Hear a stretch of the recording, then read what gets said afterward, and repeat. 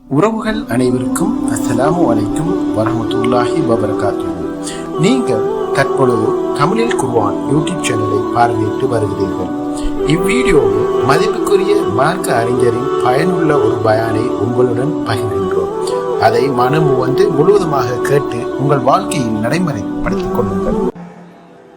கவலை ஏற்படுகின்றது என்றால், இப்ப நான் சொல்லக்கூடிய விஷயங்களை நம்ம வாழ்க்கையில் அப்படியே நாளாந்தம் நம்ம பின்பற்றி வந்தால் இன்ஷா அல்லாஹ் நம்ம கவலையினால் தாக்கம் பெற மாட்டோம். கவலை எங்கள் உள்ளத்துல பெரிய தாக்கத்தை ஏற்படுத்தாது. அதுல முதலாவது விஷயம் என்னன்னா, எப்பொழுதுமே ஒரு மனிதனுடைய தொடர்பு அல்லாஹ்வோடு சீராக இருக்கணும். துவா எப்பயுமே இருக்கணும். ரசூல் ஸல்லல்லாஹு அலைஹி வஸல்லம் கவலைகள் நீங்கிறதுக்கு நிறைய துவாக்கள் சொல்லி தந்திருக்கிறாங்க. குறிப்பாக இப்ப நம்ம சொன்ன துவா அல்லாஹும்ம இன்னி அஊது பிக மினல் ஹம்மி வல் ஹஸன் நேரடியா வருது. அடுத்தது என்ன பிரச்சனை வந்தாலும் லா இலாஹ இல்லா அன்த சுப்ஹானக இன்னி குன்து மினல் ஸாலிமீன். இது யார் ஓதுனது? யூனுஸ் அலைஹிஸ்ஸலாம். அவங்க இருந்த பிரச்சனையோட நமக்கு பெரிய பிரச்சனை வந்துட போகுது. மீனுடைய வயிற்றுக்குள்ள ஒருவர் இருக்கிறாரு.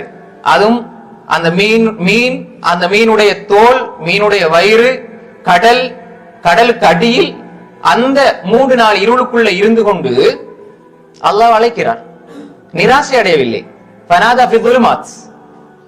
எப்படி சொல்ல லா இலாஹ இல்லா அன்த சுப்ஹானக இன்னி குன்து மினல் ஸாலிமீன் சொல்லி இருந்தார். அப்ப அல்லாஹ் அதுல இருந்து விடுவிக்கிறான். அப்ப எனவே ஒரு மனிதன் துவா அதுல இருந்து நிராசை அடைந்து விடக் கூடாது. எந்நேரமும் அல்லாஹ்விடத்துல துவா கேட்கணும். ஒரு மனிதருக்கு இப்ப எனக்கு இந்த துவா எல்லாம் பாடம் இல்லை, என்ன செய்யறேன்டா, உங்களுக்கு தெரிஞ்ச பாசையில் நீங்க தாராளமா கேளுங்க. சுஜூதுல கேளுங்க, அத்தஹியாத்துல இன்னக ஹமீது மஜீத் ஸலவாத் ஓதி முடிஞ்சு கடைசி அத்தஹியாத்துல தாராளமா துவா கேளுங்க. ஏன்னா ஒரு மனிதன் சுஜூதுக்கு போயிட்டு துவா கேட்கிற பொழுது அக்ரப் மா யகூனுல் அப்து மின் ரப்பிஹி வஹுவ சாஜித். ரசூல் ஸல்லல்லாஹு அலைஹி வஸல்லம் சொன்னாங்க, ஒரு மனிதர் அல்லாஹ்வுக்கு மிக சமீபமாக இருக்கிற இடம் சுஜூத். அப்ப ஃபஅக்ஸிரு ஃபீஹி துஆ, அதில் நீங்க துஆவை அதிகப்படுத்துங்கள். ஃபகமீனுன் யுஸ்தஜாப லக்கும், அது துஆ ஏற்றுக்கொள்ளப்படுவதற்கு தகுதியான இடம், அது துஆ ஏற்றுக்கொள்ளப்படுறதுக்கு பொருத்தமான இடம்ட்டாங்க ஸல்லல்லாஹு அலைஹி வஸல்லம். நிறைய பேர் சுஜூதுல துஆ கேட்கிறீங்க, ஏன்னா எனக்கு அரபு தெரியான்னு சொல்றாங்க. உங்களுக்கு தெரிஞ்ச பாஷையில கேளுங்க. அப்ப அரபு தெரிஞ்சாதான் கேட்கிறவங்க அல்லாஹ் தஆலா அரபிகளுக்கு மட்டும் இஸ்லாத்தை தந்திருக்கிறார் இல்ல. எங்கட தேவைகளை ரசூல் ஸல்லல்லாஹு அலைஹி வஸல்லம் கேளுங்க, அதிகப்படுத்துங்கன்னு சொன்னாங்க. ஏன் தேவை இந்த ரப்புல கேட்கறதுக்கு மொழி தடை அல்ல, தாராளமா கேட்கலாம். ரசூல் ஸல்லல்லாஹு தடை செய்யவும் இல்லை. அவ்வளவுதான். வேறொரு காலத்துல சொன்னாங்க ஃபல் யக்தர் மினல் மஸ்அலதி மாஷா, அவர் விரும்பியதை கேட்கட்டும். சஅலன கேட்கிறது, நவாண்ட நினைக்கிறத பத்தி அங்க வரையில. சிலவங்க சொல்லுவாங்க, என்னடா எப்படி நீங்க கேட்பீங்க, தமிழ் வந்துடக்கூடாது தொழுகையில் அப்படின்னு சொல்லி. ரசூலா அனுமதிச்ச பிறகு நீ தடை செய்து நீ யாரு? நீயத்துனா நினைக்கிறத நம்ம சொல்றோம்.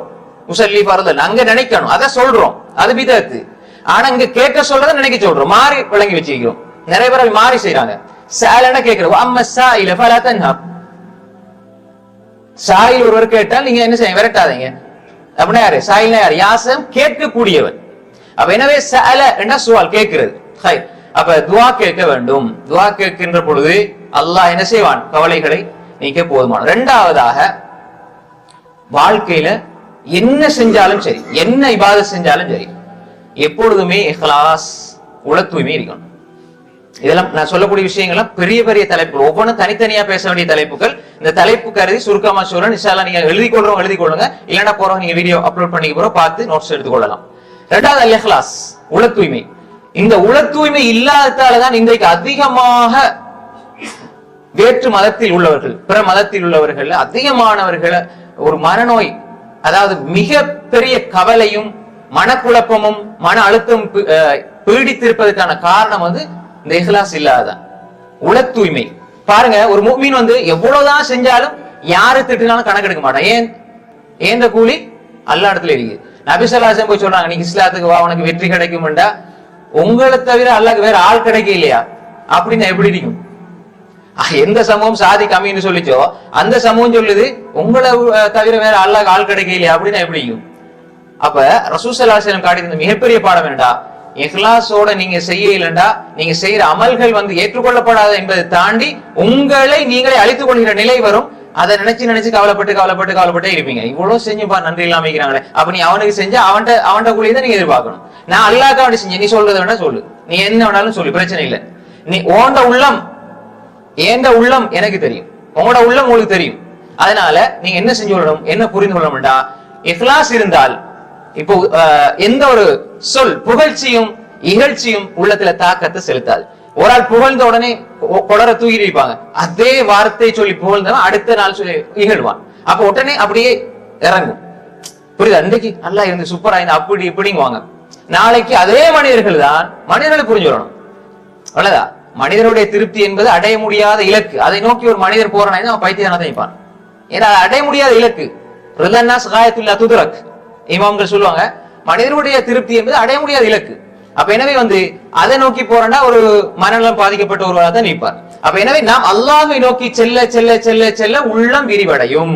மனிதர்களை நோக்கி செல்ல செல்ல அப்படியே உள்ளம் சுருங்கும். புகழ்ச்சியும் இகழ்ச்சியும் தாக்கம் செலுத்தும். புகழ்ந்தால் மேல போவார், இகழ்ந்தால் கீழே வருவார். ஒரு சம அளவில் மனதை வைத்திருக்க மாட்டார். சரியா? அப்ப இஹ்லாஸ் என்பதுதான் ஒரு முஃமினுடைய மிகப்பெரிய சொத்து.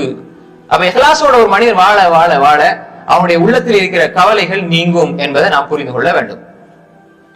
மூன்றாவதாக அத்தஃபக்குர் ஃபீ நிஅமில்லாஹ், அல்லாஹ்வுடைய நிஅமத்துகள், அற்புதங்கள், அருட்கொடைகள், கடாட்சதங்கள், இவைகளை பற்றி சிந்திக்க வேண்டும்.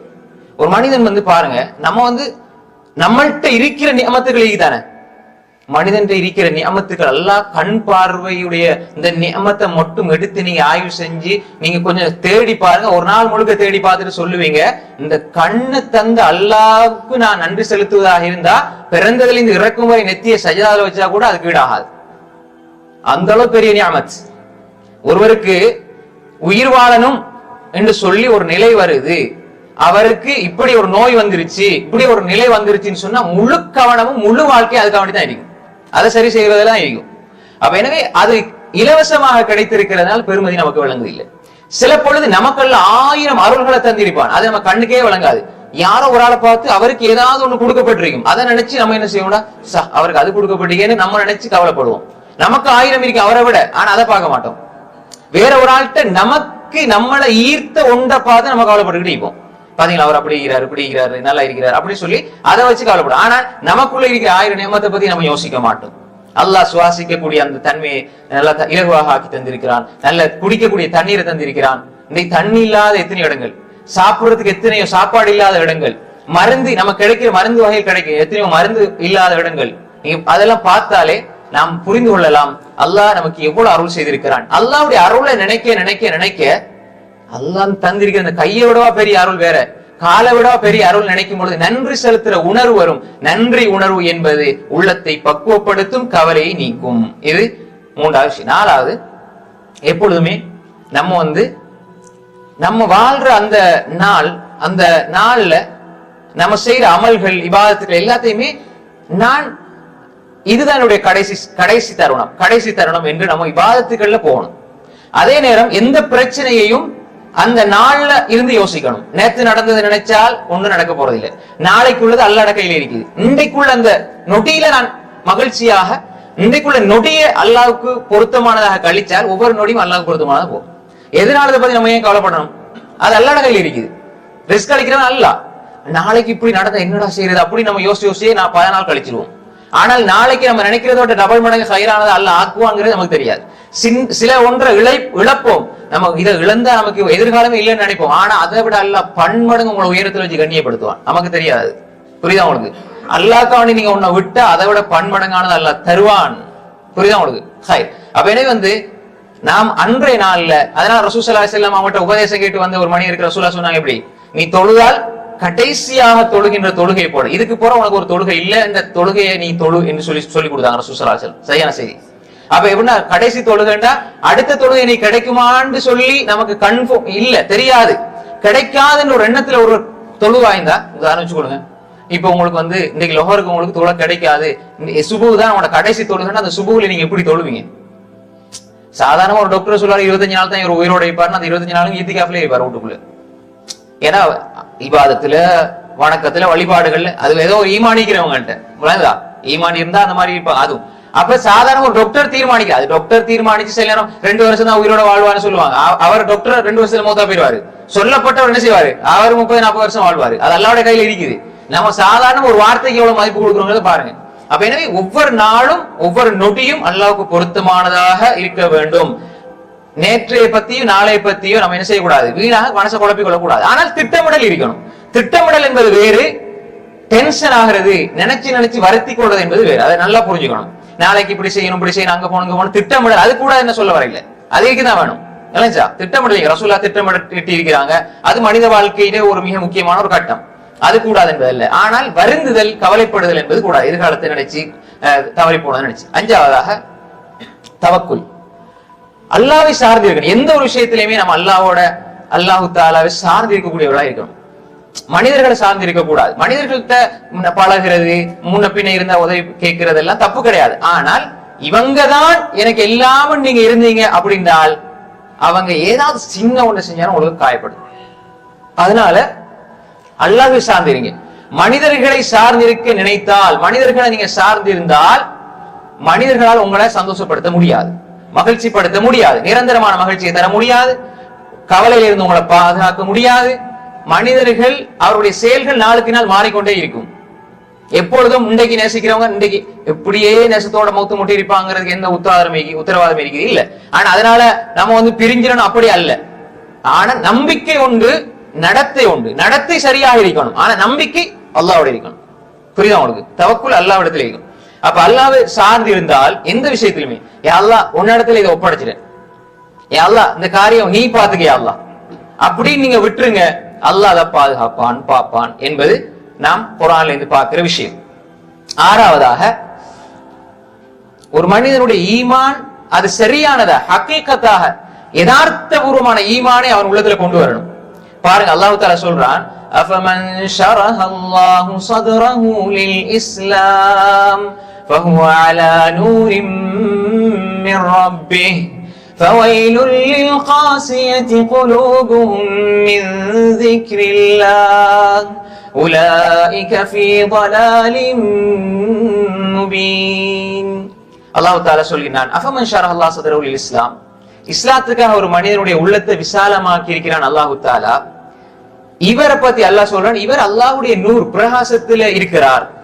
ஃபஹுவ அலா நூரின் மிர் ரப்பிஹ், இவர் அல்லாஹ்வுடைய திக்ரை விட்டு தூரமாகி கல்லெஞ்சமாகி போனவரை போலவா இவர வாழ்க்கைன்னு நல்லா கேட்கிறான்.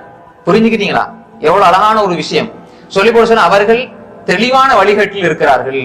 அப்ப உள்ளத்துல அல்லாஹ்ட திக்ர் இல்லாம கல்லெஞ்சமாகி போறவங்களை போல நீங்க அல்லாஹ்வை சுஜூத் செய்யறவன நினைச்சிட்டு இருக்கிறீங்க. இஸ்லாத்துக்கு அல்லாஹ் விரிவாக்கி கொடுக்கிறான். உள்ளம் விரிந்து இருக்கிறது என்றால் உள்ளத்துல மகிழ்ச்சியும் இன்பமும் தாண்டவம் ஆடிக்கொண்டிருக்கிறது. உள்ளத்துல இன்பம் மகிழ்ச்சியும் குடிகொண்டிருக்கிறது. அல்லாஹ் சொல்றான், அஃபமன் ஷரஹல்லாஹு ஸத்ரஹு லில் இஸ்லாம் ஃபஹுவ அலா நூரின் மிர் ரப்பிஹ். சொல்லிப்பட சொல்றான், ஃபவைலுல் லில் காஸியத்தி குலூபுஹும் மின் ஸிக்ரில்லாஹ். அதாவது அல்லாஹ்வுடைய திக்ரை விட்டும் தன்னை அப்புறப்படுத்தி விலக்கி கொண்ட கல்லெஞ்சக்காரர்களுக்கு கேடு உண்டாகட்டும். அல்லாஹ் திக்ர் செய்ய டைம் இல்ல, தொழ டைம் இல்லண்டா உள்ளம் எப்பயுமே அப்படிதான் இருக்கும், இறுகி போயிருக்கும். அல்லாஹ் பத்தி கேட்கறதுக்கு நேரம் இல்ல, அல்லாஹ் பத்தி பேசுறதுக்கு நேரம் இல்ல, அல்லாஹ் தொழுறதுக்கு நேரம் இல்லண்டா அது இறுகித்தான் இருக்கும். நம்ம நிம்மதியை தேடுறதுக்கு காசு செலவழிக்கிறோம். ஆனால் எத்தனையோ கோடா கோடி இந்த நிம்மதி விற்கப்படுதுன்னு சொன்னா, ஒரு இன்றைக்கு இருக்கிற பெரிய பணக்காரெல்லாம் அதுக்கு தான் முதல்ல போவாங்க நிம்மதியை வாங்குறது. ஆனால் அந்த நிம்மதி உன்னுடைய தலையை அல்லாஹுக்கு முன்னால் தாழ்த்துவதில் தான் இருக்கிறது என்பதை மறந்து விடுகிறார்கள். சஜதா செய்யுங்க, சுமைகளை இறக்குங்கள், சஜதா செய்யுங்கள், உங்கள் ரப்போடு நீங்க பேசுங்கள், சஜதாவில் உங்கள் சுமைகளை இறக்கி வையுங்கள். அதுதான் ஒரு மனிதன் நெருங்க அல்லாஹ் நெருங்க அவருடைய துன்பங்கள் துயரங்கள் பஞ்சாக பறக்க ஆரம்பிக்கும். சூரா ஜுமர் 22வது வசனத்தில் அல்லாஹ் தஆலா இதை சொல்றான். ஏழாவதாக, ஒரு மனிதனுடைய வாழ்க்கையில அஸ்ஸபர் வ தஹம்முல், பொறுமை இருக்கணும். பொறுமை என்பது வாழ்க்கையினுடைய மிக அடிப்படை. பொறுமையினால் அல்லாஹ்வுடைய உதவியை பெற்றுக் கொள்ளலாம். பொறுமை சம்பந்தமாக நம்ம பேசுறோம், அடிக்கடி பேசுற விஷயங்கள் தான். ஆனா வாழ்க்கையில ஒரு மனிதன் கவலை இல்லாம இருக்கிறதுக்கு அடிப்படை பொறுமையும் ஒரு அடிப்படையான ஒரு அம்சம். ஏனென்றால் பொறுமை இருந்தால் அல்லாஹ்வுடைய உதவி இருக்கிறது. யா அய்யுஹல்லதீன ஆமனுஸ்தஈனு பிஸ்ஸப்ரி வஸ்ஸலாஹ் இன்னல்லாஹ மஅஸ்ஸாபிரீன். வஸ்தஈனு பிஸ்ஸப்ரி வஸ்ஸலாஹ் وَإِنَّهَا لَكَبِيرَةٌ إِلَّا عَلَى الْخَاشِعِينَ. ஈமான் கொண்டவர்களே, தொழுகை கொண்டும் பொறுமை கொண்டும் தொழுகை கொண்டும் நீங்க உதவி தேடுங்கள். அல்லாஹ் சாபிரீன்கள் பொறுமையாளர்களோடு இருக்கிறான். அல்லாஹ் உங்களோட இருந்தால் அல்லாஹ் உங்களுடைய உதவி, அல்லாஹ் உங்களுக்கு அவனுடைய உதவி தந்து கொண்டே இருப்பான். நீங்க பொறுமை கொண்டும் தொழுகை கொண்டும் உதவி தேடுங்க. அது உள்ளச்சத்தோடு இருப்பவர்களை தவிர அடுத்தவங்களுக்கு அது பெரிய ஒரு விஷயமா இருக்கும். வைனஹால கபீரத்துன் இல்லல் ஹாஷியீன். அப்ப பொறுமையோடு இருந்து நீங்க தொழுகையில அல்லாஹ்விடத்தில் உதவி தேடுற மாதிரி, தொழுகை மூலமா அல்லாஹ்விடத்தில் உதவி தேடுற மாதிரி ஒரு மனிதன் பொறுமையோடு இருந்து அல்லாஹ்விடத்தில் உதவி தேடுகின்ற பொழுது அல்லாஹ் உதவி செய்வான். அல்லாஹ் அவனோடு இருக்கிறான்டா அல்லாஹ் உதவி செய்யக்கூடியவனாகவே இருப்பான். எட்டாவதாக சாலிஹான அமல்கள்ல நாம் தொடர்ச்சியாக இருக்க வேண்டும். நிறைய பேர் சாலிஹான அமல்கள் செய்யறது தான், ஆனா விட்டு விட்டு நிறைய பேர் என்ன சொன்னா அல்லாஹ்வை நெருங்குறதுக்கு டைம் வச்சிருக்கிறோம். அதுக்கு என்ற நண்பர்கள் என்னோட இருக்க கூடாது. அப்படி இருந்தா நமக்கு நண்பர்களோட இருக்கிறதா முக்கியம் நினைப்போம். ஃபேமிலி எங்களோட இருந்தா ஃபேமிலி தான் முக்கியம் நினைப்போம். அதே மாதிரி எங்களுக்கு யாரா பிடிச்சவங்க இருந்தா அவங்களோட இருக்கிறதா நமக்கு நெருக்கமானது நல்லது நினைச்சிட்டு இருக்கிறோம். அது இல்லாட்டி யாரும் இல்லையே பள்ளி போறோம், அல்லது அங்க போய் திக்ர் செய்வோம், அல்லது குர்ஆன் எடுத்து ஓதும். யாரும் இருந்தா நம்மளுடைய குர்ஆன் ஓதல், திலாவத், கல்வி, திக்ர் இல்ல. யாரா நெருக்கமானவங்க இருந்தா, அது இல்லைன்னு சொன்னால் என்ன செய்யறது? நாம இபாதத்து போதும். அப்படி இல்ல, யார் இருந்தாலும் இல்லை என்றால் என்னுடைய வணக்கம் வழிபாடுகள் எந்த குறையும் இருக்காது அப்படின்னு ஒரு மனிதன் வாழ்ந்தால் எந்த பிரச்சனையும் அவனுக்கு ஏற்படாது. மனசுல பெரிய தாக்கம், கவலை என்ன செய்யாது, ஏற்படுத்தாது. அதிகமாக இந்த அமல் சாலிகளை இல்மு ஷராய் மார்க்கத்தை படிக்கிறது அடிப்படையான ஒரு அமல் சகோதரர்களே.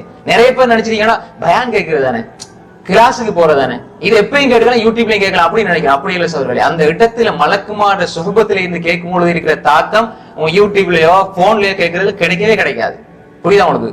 மலக்குமார சுகபத்தில இருந்து அல்லாஹ்வை பற்றி பேசுறத கேட்கிறது, எல்லா மக்கள் ஒன்று சேர்ந்து இருக்கிறது, இதே ஒரு அரசியல் நிலையில பெற்றுத்தார ஒரு அமல். புரியுதா உங்களுக்கு? ஒன்று சேரது நீங்க கேட்டது இல்ல, இதுல நீங்க விளங்காம சும்மா உட்கார்ந்து இருந்தா கூட ரசூலா என்ன சொன்னாங்க?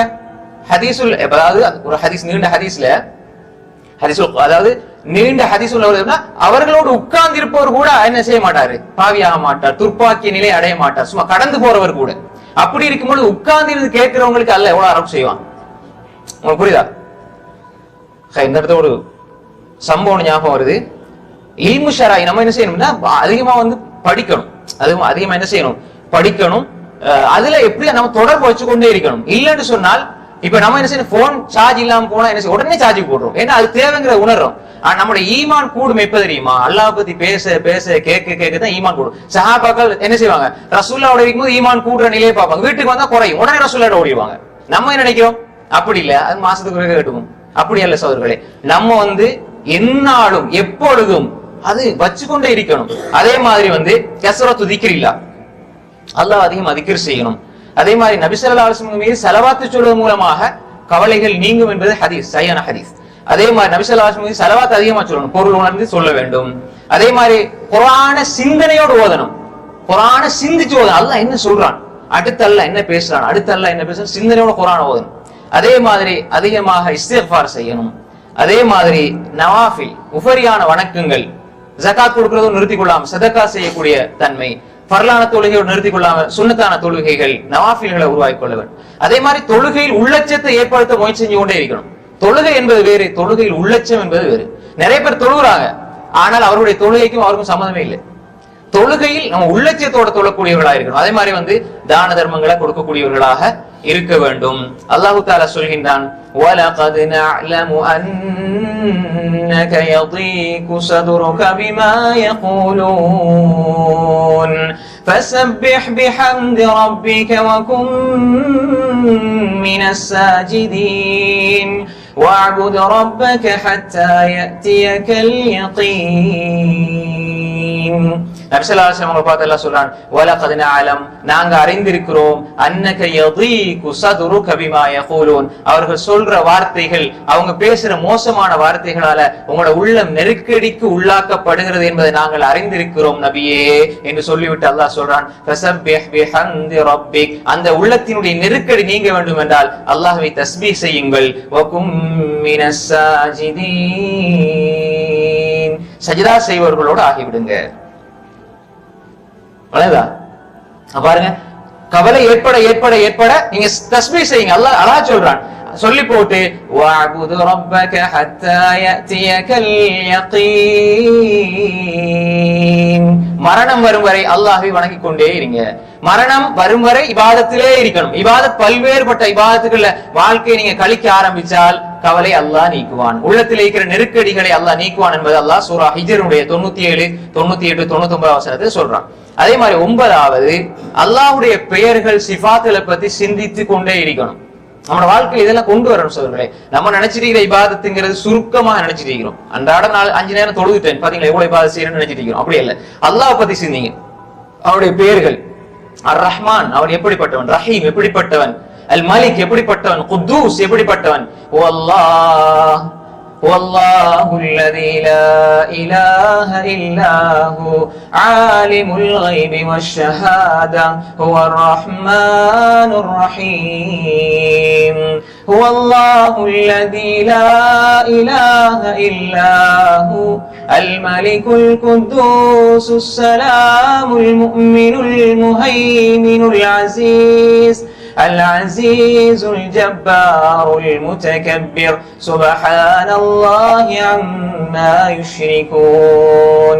சூரா ஹஷ்ருடைய கடைசி வசனங்களை எடுத்து பாருங்க. அல்லாஹ் எப்படி தன்னை பத்தி சொல்றான், இதை யோசிங்க, சிந்திங்க. அல்லாஹ்வுடைய வல்லமைகள், குத்ரத், அவன் காலிக், அவன் பாரி, அவன் முஸவ்விர், அல் கஃபார், பாவங்களை மன்னிக்க கூடியவன். அல்லாஹ் பத்தி நினைக்க நினைக்க நினைக்க, அல்லாஹ் சிந்திக்க சிந்திக்க சிந்திக்க, அல்லாஹ்வுடைய வல்லமைகள், பெயர்கள், சிஃபாத்துல சிந்திக்க சிந்திக்க, உள்ளத்துல இருக்கிற கவலைகள், நம்ம நினைக்கிறது நம்மளோட உள்ளத்துல இவ்வளவு பெரிய பிரச்சனை இருக்கிறது, அப்படி அல்ல, அல்லாஹ் அதை நீக்க சக்தி பெற்றவன் என்பதை நாம் உணர வேண்டும். அதே மாதிரி தான் 10வதாக குடும்ப உறவுகளை சேர்ந்து வாழணும். குடும்ப உறவுகளை சேர்ந்து வாழ்வதன் மூலமாக ரிஸ்க்ல பரக்கத் ஏற்படும், ஆயுள்ள விருத்தி ஏற்படும். ஹதீஸ்ல சையான ஹதீஸ்ல நம்ம பார்க்கிறோம். அப்ப அதுல குறிப்பாக பிருல் வாலிதை, பெற்றோர்களுக்கு உபகாரம் செய்யறவங்க, அவங்களை அல்லாஹ் தஆலா நிச்சயமா கைவிட மாட்டான். பெற்றோர்களுக்கு உபகாரம் செய்யக்கூடியவர்களை அல்லாஹ் கைவிட மாட்டான். நிறைய வசனங்களை நம்ம பார்க்கலாம். பெற்றோர்களுக்கு உபகாரம் செய்வது, சில அறிஞர்கள் சொல்லுவாங்க எப்படின்னா, பெற்றோர்களுக்கு உபகாரம் செய்பவர்களுடைய வாழ்க்கை வெற்றியானதாக தான் இருக்கும். நீ பாருங்க, உயர்ந்த வாழ்க்கையில உயர்ந்த அறிஞர்கள் எல்லாம் நீங்க பாத்தீங்கன்னா, அவங்களுக்கு அவங்களோட வாழ்க்கையுடைய பின்புலமாக இருப்பது அல்லாஹ்வுடைய இந்த இபாதத். அதே மாதிரி ஹுக்கூக்குல் இபாதத் விஷயத்துல பெற்றோர்களுக்கு உபகாரம் செய்வதாக இருக்கும். அதே மாதிரி 11வது விஷயம், எங்களுக்கு வாழ்க்கையில எப்பயுமே தேவையில்லாத விஷயங்களை விட்டு நம்ம தவிர்த்து கொள்ளணும். பிரயோசமான விஷயங்கள், மறுமைக்கு உலகத்துல பயனுள்ள விஷயங்கள், மறுமைக்கு பயனுள்ள விஷயங்கள்ல எங்களோட வாழ்க்கை கழியணும். நம்ம என்ன எப்ப தெரியுமா, சைத்தான் எப்படி எங்களை இயக்குவான்டா, லேசா ஒரு 2 நிமிஷம் பார்ப்போம் தான் நம்ம போவோம். பார்த்தா 1 மணி நேரத்துக்கு போறோம், அநியாயம்னு போவோம். இதான் நம்ம பைத்தியாரதனம், பெரிய ஒரு முட்டாள்தனம் சோர்களே. சும்மா ஒரு 2 நிமிஷம் பார்ப்போம்னு போவோம், அது சைத்தான் விடுவான தள்ளி தள்ளி தள்ளி தள்ளி ஒரு 8 மணி ஆயிட்டா, அநியாயம் அப்படின்னு போவோம். நடக்குதா இல்லையா? சைத்தான் நீ பார்க்காத அப்படின்னு சொல்ல மாட்டான். அது அந்த கெட்ட பழக்கம் அவன்கிட்ட இல்ல. ஆனா மிகப்பெரிய கெட்ட பழக்கம் அவன்கிட்ட, இப்ப பாரு கொஞ்சம் பாரு அப்படின்னு சொல்லுவான். ஆனா நம்ம எப்படி, அவன் அப்படி சொல்றேன்னு நம்ம அதுக்கு மேல போயிடுவோம். அதனால அதை விட்டுறணும். அதே மாதிரி தான் குர்ஆன் எடுங்க. குர்ஆன் எடுக்கும்போது 10 நிமிஷம் சரியா, டைமிங் சரியா பிக்ஸ் பண்ணீங்க. டைமிங் தான், அதுல மட்டும் தான் டைமிங் 10 நிமிஷம். குர்ஆன் நீ ஒரு நாள் முழுக்க ஓதுனால ஏன் குர்ஆன் ஓதுறது யாரா கேட்பாங்களா? அப்ப எனவே நம்ம என்ன புரிஞ்சு கொண்டால், டைமிங் எல்லாம் எதுக்கு தெரியுமா? இபாதத்துக்கு தான். இபாதத் தான் டைமிங். அரட்டை அடிக்கிறதுக்கு, பேசுறதுக்கு, நம்ம அதுக்கெல்லாம் டைமிங் இல்ல. அதெல்லாம் நம்ம நினைச்ச மாதிரி பாத்துக்குவோம். அதனாலதான் ஒரு மனிதன் தன்னை கண்ட்ரோல்ல வச்சு கொள்றதுக்கு எல்லாத்தையுமே திட்டமிட்டு இருக்கணும். ஆனால் இபாதத்துக்கு அதிகமான நேரங்களை அவன் செலவழிக்கணும். திட்டமிடலை தாண்டி இபாதத் செல்லுதான் பிரச்சனை இல்ல, திட்டமிடலை தாண்டி உலக விவகாரங்கள் செல்லுதான் பிரச்சனை. அதை நம்ம புரிஞ்சுக்கணும். நம்ம மாறித்தான் வச்சிருக்கிறோம், அப்படிதானே? இந்த விஷயத்தை சரியா புரிஞ்சு கொண்டால் நிறைய கவலை, மன அழுத்தங்களை நம்மளால பாதுகாக்கலாம். அதே மாதிரி 12வது, அதிகமா இந்த மன்னிக்கிற தன்மை வரணும். நிறைய மக்கள் நம்ம பார்க்க இல்ல, மாஷா அல்லாஹ், பழைய விஷயங்கள், நிறைய சின்ன சின்ன விஷயங்கள், பழைய விஷயங்கள் எல்லாம் உள்ளத்துல அப்படியே புதைச்சு வச்சுக்கிட்டு சந்தர்ப்பம் கிடைக்கும் எல்லாம் சொல்லிக்கிட்டீங்க, குத்தி காட்டிடுவான். குடும்ப உறவுகள் நீங்க பாப்பீங்க, ஒரு 25 வருஷத்துக்கு முன்னால உள்ளதெல்லாம் எடுத்துட்டு, நீங்க தெரியாத அவங்கள பத்தி, உங்களோட வாப்பா அம்மா, அவர் நல்லா இருப்பார், இப்ப கபரு குளிக்கிற வாப்பா அம்மா பத்தி எல்லாம் இழுத்து நீ எப்படி பண்றன்னு சொல்லுவாங்க. அப்படி சொல்லக்கூடாது. இப்ப நடக்குதா மன்னிச்சிருங்க, மறந்துங்க, அதோட விட்டுருங்க. அதுக்கப்புறம் புது லைஃப் தான். புரியுதா உங்களுக்கு? ஏதாவது பழசு நடந்தது, நாம இப்படிதான் நடந்தது, நான் மன்னிச்சுட்டேன், மறந்துட்டேன், முடிஞ்சு, அவ்வளவுதான். சில உங்களை தொந்தரவு பண்ணி வேணுமே டிஸ்டர்ப் பண்ணிருந்தா கொஞ்சம் ஒதுங்கிறீங்க. தொடர் பேசுற அஸ்ஸலாமு அலைக்கும் சோமாக்கிறீங்களா, அதுக்குன்னு வெறுக்கிறதல்ல. நிறைய பேர் ஒதுங்கிறீங்கன்னு சொல்ல வெறுக்கிறது கூடாது மார்க்கத்துல. சும்மா உலக விவகாரங்களுக்காக வெறுக்கிறது கூடாது. வெறுப்புங்கிறது வெறுக்க அது நம்மளை நாங்களே வெறுக்கிற அளவுக்கு ஒரு மனநோயாக ஆக்கி விட்டுரும். வெறுப்பு என்பது அடிப்படையில் ஒரு மனநோய் தான். அது கூடும் பொழுது மனிதனையே வெறுக்க வேண்டி வந்துடும், தன்னைத்தான் வெறுக்க வேண்டிய ஒரு நிலைக்கு அது வந்துடும். அப்ப எனவே மன்னிக்கிற தன்மை ஒரு மனித உள்ளத்துல வந்துட்டால் மன்னிப்பு மனிதனை மகத்துவப்படுத்தும். ஒருவர் மன்னிக்கிறதுனால அவருடைய கண்ணியத்தை எல்லாம் கூட்டுவான். பணிந்து போறதுனால அல்லாஹ் அவரை உயர்த்துவான் என்பது ஹதீஸ். தானே? அப்ப நம்ம மன்னிச்சா நினைக்கிறேன்டா நான் எவ்வளவு பெரிய நான் மன்னிக்கிறதா, நம்மட தரம் என்ன, நம்மட இமேஜ் என்னன்னு தான் பார்ப்போம். அப்படி அல்ல. என்ன இமேஜ் எப்படி இருந்தாலும் ரசூலுல்லாஹி ஸல்லல்லாஹு அலைஹி வஸல்லம் பெரிய ஆளா நாங்க இல்ல. மன்னிக்கணும். மன்னிப்பதனால் நீங்க உங்களுக்கு செய்யற பெரிய அருள் என்ன தெரியுமா? மறக்கிறதுனால நீங்க உங்களுக்கு செய்யற பெரிய அருள் என்ன தெரியுமா? நீங்க உங்களோட உள்ளத்தை சந்தோஷமா வச்சிருக்கீங்க. பிறருடைய குறைகள் என்பது குப்பைகள், அதையும் உங்களோட உள்ளம் என்ற பூந்தொட்டியில கொண்டு போடுறீங்க. அவன் அப்படி செஞ்சான், இவன் இப்படி செஞ்சான், அவன் குறை அப்படி எல்லாத்தையும் கூட அந்த குப்பைகள் அழுக்குகளை தூக்கி உங்களோட உள்ளத்துக்கு போட்டு நீங்க நிரப்பிக்கிட்டு உள்ளம் அப்படி கவலை இருக்கு பிரச்சனை இருக்குன்னு சொல்றீங்க. அப்படி அல்ல. நானும் தான் நீங்களும் தான். அதை விட்டுறணும். இது 12வது விஷயம். 13வது பிறரை சந்தோஷப்படுத்த முயற்சி செய்யுங்க. நிறைய பேருக்கு ஆசை என்னன்னா அவனை எப்படியா இன்னைக்கு எப்படியாவது அவனை டென்ஷன் ஆக்கி விட்டுறணும், எதையாவது ஒன்ன தூக்கி போடுறது காலையில, அதோட அவன் முடிஞ்ச நாள் முழுக்க இந்த அந்த அவர் இப்படி என்னன்னா நாள் முழுக்க அதே யோசனை. வார்த்தையாலும் ஒவ்வொரு விஷயங்களையும் மனுஷனை சந்தோஷப்படுது பாருங்க. யார கண்டாலும் சலாம் சொல்லுங்க, புன்னகைத்த முகத்தோட சந்திங்க, அஸ்ஸலாமு அலைக்கும் வரஹ்மத்துல்லாஹி வபரகாத்துஹு சொல்லுங்க, அவங்க சலாம் சொன்ன பதில் சொல்லுங்க. அதே மாதிரி அவங்களுக்காக துஆ செய்யுங்க. முகத்துக்கு முன்னால நல்லா இருந்து போட்டு பின்னால அவங்கள பத்தி தப்பா தவறா பேசுறது அது முனாஃபிக்தனம். அது மட்டுமல்ல, அதனால் பாதிப்பு யாருக்குன்னா மறுமையில சந்திக்கும் போது வழங்கும். புரியுதா உங்களுக்கு? நீங்க நினைப்பீங்கன்னா பாருங்க எவ்வளவு நல்லா இருக்கிற பேசும்போது, ஆனா பின்னுக்கு நம்மளை பத்தி தப்பா பேசுறாரு, இது மறுமையில நல்லா பாத்துப்போம். நம்ம அதை பத்தி பார்க்க வேண்டிய அவசியம் கிடையாது. நான் நல்லா இருக்கிறேன், அல்லாஹ்வுக்கு வேண்டி. நீ நல்லா இருந்தாலும் சரி, நல்லா இல்லாட்டியும் சரி, நீ என்னோட எப்படி நடக்கிறாய் என்பதை வச்சு நான் நடக்க மாட்டேன். என்னுள் இருப்பதை நான் வெளிக்காட்டுகிறேன், உன்னுள் இருப்பதை நீ வெளிக்காட்டுகிறாய். உன்னுள் இருப்பதை வைத்து நான் வெளிக்காட்ட வேண்டிய அவசியம் எனக்கு கிடைக்காது. ஏன்னா எனக்கு அல்லாஹ் ரசூல் இப்படிதான் சொல்லி தந்தாங்கன்னு வாழ்ந்துட்டு பாருங்க, எந்த கவலையுமே வராது. எனவே மனிதர்களை மகிழ்ச்சிப்படுத்துறது அல்லாஹ்வுக்கு மிக விருப்பமான ஒரு அமல் ரசூல் ஸல்லல்லாஹு அலைஹி வஸல்லம் சொன்னாங்க. அதனால மனிதர்களை மகிழ்ச்சிப்படுத்தினால் உங்களோட உள்ளத்தை அல்லாஹ் மகிழ்ச்சிப்படுத்துவான். அதே மாதிரி தான் 14வது பாவங்கள் இருந்து அதிகமா தௌபா செய்யணும். தௌபாவுடைய வாழ்க்கையை நம்ம என்ன செய்யணும்? யா அல்லாஹ் என்ன மன்னிச்சிரு அப்படின்னு அதிகமா தௌபா செய்யணும். ஒவ்வொரு நாளும் இஸ்திக்ஃபார் தௌபா எங்களோட வாழ்க்கையில இருக்கணும். நம்ம துஆ கேட்டு யோசிச்சு பார்ப்போம், எப்படா துஆ கேட்டோம், கடைசியா துஆ கேட்டு எப்ப அப்படின்னு. நிறைய பேர் இல்ல மாஷா அல்லாஹ் எப்பயுமே துஆ கேட்டிக்கிறவங்க இருப்பாங்க. என்ன டைம் கிடைச்சா யா அல்லாஹ் என்ன மன்னிச்சிரு, யா அல்லாஹ் என்ன மன்னிச்சிரு, யா அல்லாஹ் அப்படி இருக்கக்கூடியவங்களும் இருக்கிறாங்க, இல்லாம இல்ல. அதே நேரம் கையேந்தி துஆ கேட்டு அல்லது சுஜூதுல துஆ கேட்டு அல்லது அல்லாஹ்ட்ட துஆ கேட்டு நிறைய நாட்கள் கடந்திருக்கு. அப்ப எனவே தௌபா பாவம் என்பது மனிதனுடைய உள்ளத்தில் இருக்கக்கூடிய பெரிய சுமைகள். தௌபாவை கொண்டு அழித்து விடுங்கள், அதை இல்லாமல் ஆக்கி விடுங்கள். தௌபாவை கொண்டு நீங்க அழிச்சீங்கன்னா உள்ளத்துல அந்த பாவங்கள் கவலைகளை என்ன செய்யாது, உண்டாக்காது.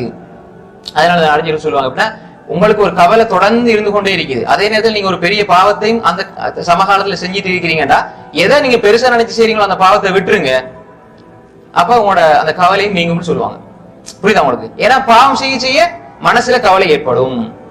நம்ம கவலையை நீக்கிறதுக்கு வேற வழிக்கு போவோம், ஆனா அந்த பாவம் தான் கவலை உண்டாக்குது என்பதை நம்ம என்ன செய்வோம், புரிந்து கொள்ள மாட்டோம். பாவங்கள் உள்ளத்தை என்ன செய்யும், மாசி பாவங்கள் உள்ளத்தை மரணிக்க செய்துவிடும் என்பதாக அறிஞர்கள் சொல்வார்கள். அதே மாதிரி தான் 15வது ஷைத்தானுடைய வஸ்வசாக்கள் இருக்குதானே, அதாவது ஊசலாட்டங்கள். இது நிறைய பேருக்குள்ள பெரிய பிரச்சனை. எப்பொழுதுமே உள்ளத்துல ஊசலாடிக்கிட்டே இருக்கும்.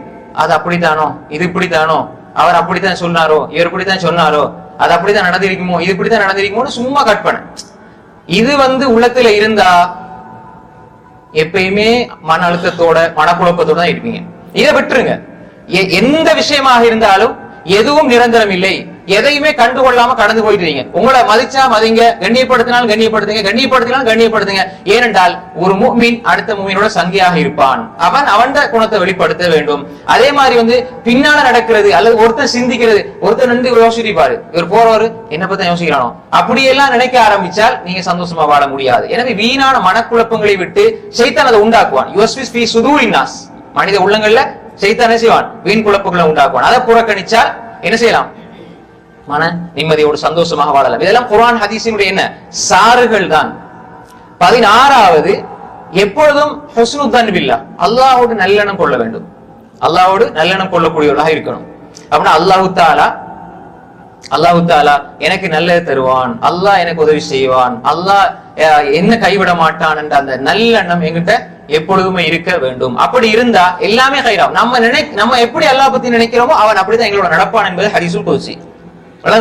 அப்ப நாம் அப்படி இருக்க வேண்டும்.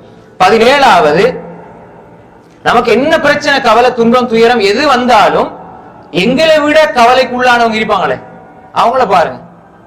அவருக்கு கையும் இல்ல காலும் இல்ல, ஆனா சந்தோஷமா இருப்பாரு. ஒரு கண் பார்வை இருக்காது, ஆனா சந்தோஷமா இருப்பார். நம்ம என்ன செய்யணும், சின்ன லேச கண்ணுல கீறுபட்டாலே அல்லது ஏதாவது நடந்தாலே யோசிச்சு இருப்போம். அப்ப எங்களை விட சோதனைக்குள்ளாக்கப்பட்டவங்க, அதனால அதை பார்த்து சந்தோஷப்படணும் அல்ல, நீங்க அதை பார்த்தால் உங்களுக்கு கவலை வராது. அப்ப எனவே அப்படி நாம் பார்க்க வேண்டும். 18வது, எப்பொழுதும் இந்த துனியாவுடைய அற்பத்தன்மை தானே அதை புரிஞ்சு கொள்ளணும். இந்த துனியா ஹகாரா, ஒரு அற்பமானது. இந்த துனியாவுல அல்லாஹ் தஆலா ஒரு 60-70 வருடம் வாழ்க்கை தந்திருக்கிறான். இதுல நம்ம எவ்வளவுதான் இருந்தாலும், என்னதான் குடும்ப உறவு சொந்தம் பந்தம் அப்படி இருந்தாலும், மௌத்தாயிட்டோம்னா எங்கட அமல் தான் எங்களை பாதுகாக்கும். அப்ப இந்த உலகத்துல நான் எதுக்காக வாழணும்? அல்லாஹ்வுக்காண்டி வாழணும். இந்த உலகத்தில் நான் சேர்க்கிறது சம்பாதிக்கிறது எல்லாம் எனக்குரியது அல்ல, நான் அல்லாஹ்வுக்காக வேண்டி கொடுக்கிறது செய்யறதுதான் எனக்குரியது என்பதை புரிந்தால் இந்த உலகத்துல நாம் எங்களை விட்டு தவறி போற உலக சொத்துக்களுக்காக வருந்த மாட்டோம் என்பதை நாம் புரிந்து கொள்ள வேண்டும். 19வது, மறுமையினுடைய நம்பிக்கை உள்ளத்துல ஆழமாக இருக்கணும். மறுமையினுடைய நம்பிக்கை உள்ளத்துல ஆழமாக இருக்கணும். நாளைக்கு மறுமையில நடக்கிற ஒவ்வொரு திடுக்கம், அச்சம், பயம் எல்லாம் அதை நம்ம கேட்கும் பொழுது பார்க்கும் பொழுது இந்த உலகத்தில் நடக்கிறதா பெருசா? நாளைக்கு ஒவ்வொரு மனுஷன் அந்த கடைசி உலக முடிவு நாள், அது போற மாஸ்டர், அது போற அவன் இருக்கிற இந்த கியாமத்துடைய அமளித்து மொழிகள் எல்லாம் நினைச்ச அந்த உலகத்துல மனிதன் கவலைப்படவே மாட்டான். ஏன்னா அவனுடைய இலக்கையெல்லாம் எல்லாம் திருப்திப்படுத்துறதாக இருக்கும். அப்ப எனவே மறுமையை பற்றி சிந்திக்கணும், அதுல நம்பிக்கை வரணும். முழுமையான நம்பிக்கை வச்சால் இந்த உலகத்தில் இருக்கிற துயரங்கள், துன்பங்கள் உங்களை கவலைக்கு உள்ளாக்காது. அதே மாதிரி தான் 20வது, ஒரு மனிதனை அல்லாஹ் நேசிக்க நேசிக்க அவனை சோதிப்பான். சோதனைகள் 3 வகையில வரும். ஒன்று, ஒரு மனிதனுக்கு அல்லாஹ் நேசிக்கிறதுனால வரும். அடுத்தது, ஒரு மனிதனுடைய தவறுகளை உணர்த்துறதுக்கு வரும். நீ தப்பு செஞ்சிருக்கிறாய், நீ திருந்த வேண்டும். அதே மாதிரி அவனுடைய தரஜாக்களை உயர்த்துறதுக்கும் வரும். நபிமார்களுடைய தரஜாக்களை உயர்த்துறதுக்கு சோதனைகள் அல்லாஹ் கொடுத்தான். பாருங்க, அப்ப அல்லாஹ் நேசிக்கிறான் என்றால் ஒரு மனிதனுக்கு சோதனை வரும். நீங்க சோதனை வந்தா, ஒரு துயரம் துன்பம் வந்தா, இது அல்லாஹ் என்ன வெறுக்கிறான்னு நினைச்சிடாதீங்க. அப்படின்னா நபிமார்கள் தான் என்ன, நபிமார்கள் நிறைய சோதனை வந்தது. அப்ப அப்படி அல்லாஹ் தஆலா செய்யவில்லை. 21, ஒரு மனிதன் சோதனைகள், பிரச்சனைகள், துன்பங்கள் ஏற்படுகின்ற பொழுது அது அவனுடைய பாவங்களை மன்னிக்க வருது, தர்ஜா உயர்த்த வருது என்பதை உள்ளபூர்வமா ஏற்றுக்கொள்ளணும். பாருங்க, ஒன்று அல்லாஹ் நேசிக்கிறான் அடையாளம். 2வது பாருங்க, ரசூல் ஸல்லல்லாஹு அலைஹி வஸல்லம் சொன்னாங்க, மா யுஸீபுல் முஸ்லிம மின் நஸபின் வலா வஸபின் வலா ஹம்மின் வலா ஹுஸ்னின் வலா அதா வலா கமின் ஹத்தா ஷௌகத்து யுஷாகுஹா இல்லா கஃபரல்லாஹு பிஹா மின் ஹதாயாஹு. ஒரு மனிதனுக்கு ஏற்படுற துயரம், நோய், கவலை, அதே மாதிரி துன்பம், பிரச்சனை, மனக்கவலைகள், மனக்குழப்பங்கள், அதே மாதிரி காலில் தைக்கிற முள் உட்பட எல்லாமே அவனுடைய பாவங்களை மன்னிக்கும்னு சொன்னாங்க ஸல்லல்லாஹு அலைஹி வஸல்லம். இந்த ஹதீஸ் புகாரில 5642, முஸ்லிமுடைய 2573வது செய்தியாக வந்திருக்கிறது. அபூ ஹுரைரா ரலியல்லாஹு அன்ஹு ரிவாயத். அப்ப 22வது, அர்-ரிலா பில் கலாஇ வல் கதர். கலா கதர்ல நம்பிக்கை வரணும், அதை பொருந்திக் கொள்ளணும். அல்லாஹ் தஆலா தான், அவன் தான் இது தந்தான். மா அஸாப மின் முஸீபத்தின் இல்லா பிஇذنில்லாஹ், மா அஸாப மின் முஸீபத்தின் இல்லா பிஇذنில்லாஹ், வமன் யுமின் பில்லாஹி யஹ்தி கல்பஹு வல்லாஹு பிகுல்லி ஷைஇன் அலீம். அல்லாஹ் தஆலா சூரா தகாபுன் 11ல அல்லாஹ் சொல்றான், எந்த ஒரு துயரம் ஒரு மனிதனுக்கு ஏற்பட்டாலும் அது அல்லாஹ்வுடைய அனுமதி அன்றி, அல்லாஹ்வுடைய அனுமதி இல்லாமல் அது ஏற்படுவதில்லை. அல்லாஹ் அனுமதித்தாலே தவிர அது ஏற்படுவதில்லை. யார் அல்லாஹ்வின் பக்கம் ஈமான் கொண்டு செல்கிறாரோ, முழுமையான ஈமானோடு இருக்கிறாரோ, அல்லாஹ் அவருடைய கல்பை நேர்வழியில் செலுத்துவான். அப்ப நேர்வழியில் செலுத்துவான் என்ன, சரியான பாதையை காட்டுவான். அல்லாஹ் ஒவ்வொரு பொருளையும் அறிந்தவனாக இருக்கிறான். சூரா தகாபுன் 11வது வசனம். 23, நபிமார்களை அவங்களோட வழிமுறைகளை முன்மாதிரியா எடுத்துக்கொண்டால், அவங்களுக்கு ஏற்பட்ட சோதனைகளை முன்மாதிரியா எடுத்துக்கொண்டால் அதை நம்ம பெருசா, எங்களுக்கு ஏற்படுறதை பெருசா எடுத்துக்கொள்ள மாட்டோம். 24, நல்லோர்களோட, நல்ல மக்கள், ஈம தேடக்கூடியவர்கள், அறிஞர்கள், நமக்கு அதாவது நேசத்துக்குரிய நல்ல அல்லாஹ்வுடைய பயமுள்ள அறிஞர்கள் நம்ம நினைக்கிறோமே, அவங்களோட அதிகமாக உட்கார்றத வழக்கமாக்கிக் கொள்ளணும். நீங்க மோசமானவங்களோட உட்கார்ந்தா அவங்க பேசுற வார்த்தைகளை உங்களுக்கு கவலையை தான் தரும். இல்முள்ளவங்களோட, உலமாக்களோட, அறிஞர்களோட, நேசிக்கிறவங்களோட உட்கார்ந்தீங்கன்னா அல்லாஹ் பத்தி பேச பேச பேச கவலைகள் நீங்கும். அப்படி ஒரு தன்மையை உருவாக்கி கொள்ளணும். சஹாபாக்கள் ஏன் ரசூலுல்லாஹ்ட்ட வந்தாங்க? ரசூலுல்லாஹ் தேடி தேடி வந்தாங்க. ஏன் காரணம் என்ன? சஹாபாக்கள் ஏன் தங்களுக்குள்ள சேர்ந்து கொண்டு அவங்க பேசினாங்க, ஈமான வளர்த்து கொண்டாங்க? இமாம்கள், அறிஞர்கள் ஏன் கூடியிருந்து பேசினாங்க? இல்மும் கூடும், மனசுல இருக்கிற கவலையும் குறையும். அது ஒரு முக்கியமான விஷயம். 25, முஹாசபத்துன் நஃப்ஸ். எங்களை நாங்க பரிசீலித்துக் கொண்டே இருக்க வேண்டும். எப்பொழுதுமே எங்களை பத்தி நாங்க யோசிச்சுட்டே இருக்கணும். ஒவ்வொரு நாளும் என்னை பத்தி யோசிச்சு யோசிச்சு என்கிட்ட என்ன பிழை இருக்குது, எதை விடணும், என்ன குறைகளை நான் நீக்கணும், என்ன விஷயங்களை நான் விடணும் யோசிச்சு முஹாசபா, என்ன அமலை கூட்டணும் என்ற முஹாசபா இருந்தால் நாளையே நம்ம திருத்திக் கொள்ளலாம். கடைசியா 26வது விஷயம், அல்லாஹ்விடத்துல அல்லாஹ் ஒரு விடியலை தருவான், அல்லாஹ் துன்பத்தை நீக்குவான் என்ற அந்த எதிர்பார்ப்பு இருக்கணும்.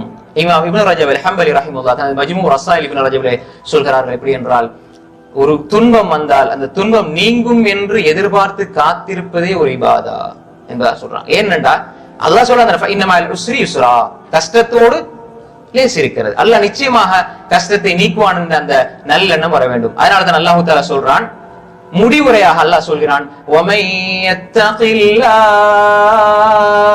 يَجْعَل لَّهُ مَخْرَجًا وَيَرْزُقْهُ مِنْ حَيْثُ لَا يَحْتَسِبُ وَمَن يَتَوَكَّلْ عَلَى اللَّهِ فَهُوَ حَسْبُهُ إِنَّ اللَّهَ بَالِغُ أَمْرِهِ قَدْ جَعَلَ اللَّهُ لِكُلِّ شَيْءٍ قَدْرًا.